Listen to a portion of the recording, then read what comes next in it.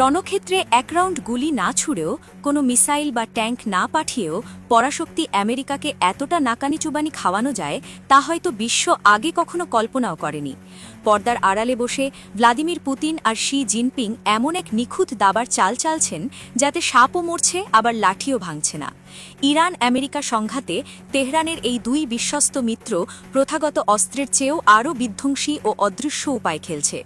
খোদ পেন্টাগনের কর্মকর্তারাই এখন স্বীকার করতে বাধ্য হচ্ছেন রাশিয়া ইরানকে অতি গোপনীয় গোয়েন্দা তথ্য দিয়ে কার্যত এই যুদ্ধের ময়দানে নেমে পড়েছে।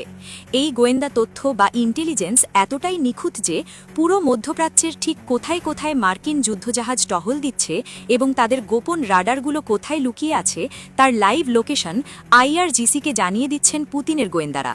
সামরিক বিশেষজ্ঞরা একে ডাকছেন নতুন যুগের যুদ্ধ বা ইলেকট্রনিক ওয়ারফেয়ার নামে। এই যুদ্ধ সরাসরি বুলেট দিয়ে নয়, বরং রাডার বিম, স্যাটেলাইট ফিড এবং রিয়েল টাইম গোয়েন্দা নজরদারির মাধ্যমে প্রতিপক্ষকে অন্ধ করে দেওয়ার এক ভয়ঙ্কর স্নায়ুযুদ্ধ। একই আশঙ্কা প্রকাশ করেছেন মার্কিন প্রেসিডেন্ট ডোনাল্ড ট্রাম্পও। তিনি স্পষ্ট করেই বলে দিয়েছেন এই যুদ্ধে সম্ভবত ইরানকে পেছন থেকে মদত দিচ্ছেন রুশ প্রেসিডেন্ট ভ্লাদিমির পুতিন। এর পেছনে অবশ্য একটি পুরনো হিসাব নিকাশের বা প্রতিশোধের গল্প রয়েছে।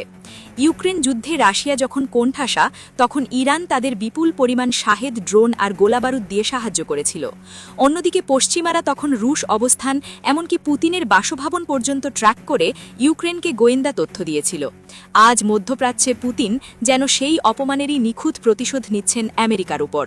পেন্টাগনের কর্মকর্তারা হতাশার সুরে বলছেন, সম্প্রতি ইরানি হামলাগুলো যেসব মার্কিন স্থাপনায় আঘাত হেনেছে সেগুলোর অবস্থান কোনো সাধারণ মানচিত্র বা গুগল ম্যাপে দেখা যায় না। এগুলো কেবল তখনই সম্ভব যখন কোনো পরাশক্তির শক্তিশালী স্পাই স্যাটেলাইট নেটওয়ার্ক এই হামলার নেপথ্যে কাজ করে। একই আশঙ্কা প্রকাশ করেছেন চীনের ক্ষেত্রেও। রাশিয়ার মতো চীনও ইরানকে প্রতিনিয়ত রিয়েল টাইম গোয়েন্দা তথ্য দিয়ে যুদ্ধক্ষেত্রে আমেরিকা এবং ইসরায়েলের সঙ্গে লড়ছে।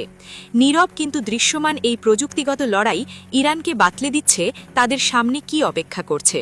বছরের পর বছর ধরে ইরানের ইলেকট্রনিক যুদ্ধক্ষেত্রের ভূদৃশ্য পুনর্গঠন করে আসছে চীন। উন্নত রাডার সিস্টেম রপ্তানি, মার্কিন জিপিএস থেকে ইরানের মিসাইলগুলোকে চীনের নিজস্ব নেভিগেশন সিস্টেম বেইদু 3-তে স্থানান্তর এবং ইরানি বাহিনীর জন্য নিচ্ছিদ্র স্যাটেলাইট নেটওয়ার্ক সবকিছুই এখন তেহরানের হাতের মুঠোয়।